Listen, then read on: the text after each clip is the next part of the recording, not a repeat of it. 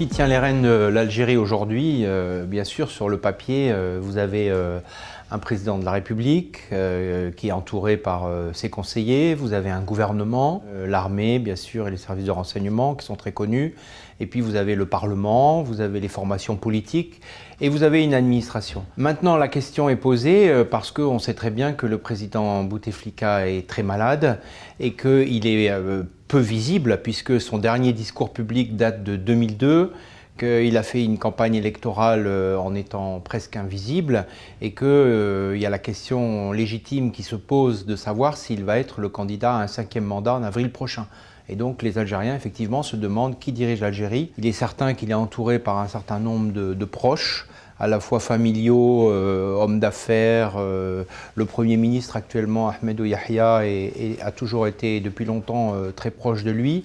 Donc on voit bien que ce sont ces hommes qui ont la main sur le pouvoir algérien, mais il y a quand même une interrogation pour savoir est-ce que la parole présidentielle a encore un impact ou bien est-ce qu'elle est un peu atténuée.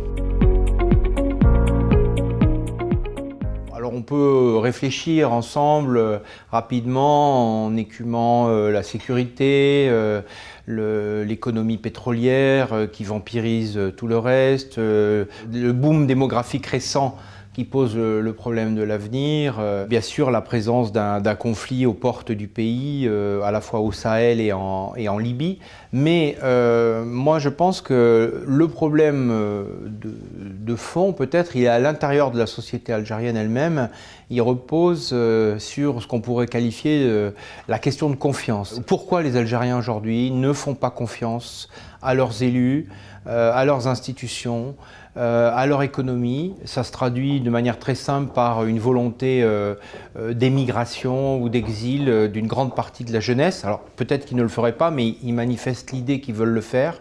Beaucoup de cadres aussi, et des cadres qui font tourner la machine étatique, des enseignants, des médecins, des juristes, des ingénieurs. Et donc ça, c'est quand même très problématique parce qu'il est évident qu'il y a beaucoup de choses à résoudre et à reconstruire ou à construire en Algérie, et qu'avec une population qui soit rêve de s'exiler, soit se replie sur la sphère familiale, dans le cocon intérieur, fait des enfants, etc., mais ne veut plus s'occuper des affaires publiques ou politiques, il y a vraiment un problème. Donc ce problème de la confiance, c'est clairement une priorité du prochain président de la République s'il peut faire quelque chose dans ce domaine.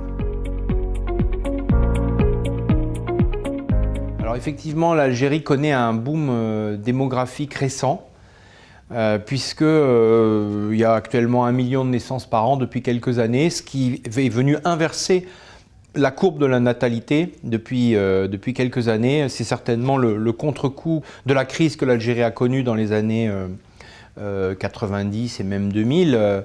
Au fond, les familles, les jeunes couples ont attendu, ils se sont mariés, ils ont eu des enfants, il y a eu une opportunité de croissance et surtout de consommation et d'équipement dans les années 90. Au lendemain des printemps arabes, le gouvernement a distribué beaucoup d'argent à la population, donc les gens se sont installés et ils font famille. Ça pose des questions sur l'avenir dans un pays où les ressources en eau et en hydrocarbures pourraient s'épuiser ou en tout cas diminuer fortement dans une génération, c'est-à-dire au moment où cette très nombreuse génération va arriver à l'âge adulte. Alors à partir de là, il y a 3 hypothèses.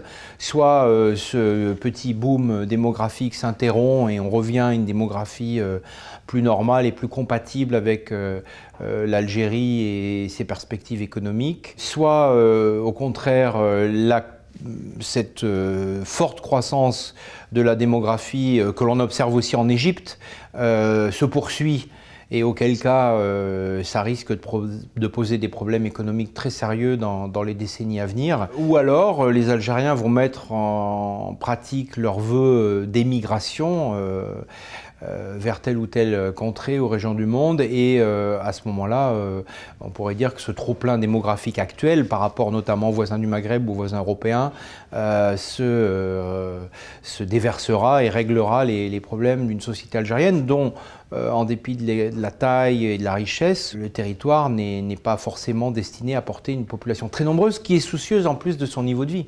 L'Algérie, c'est un pays où les Algériens sont habitués à un certain niveau de vie et de consommation.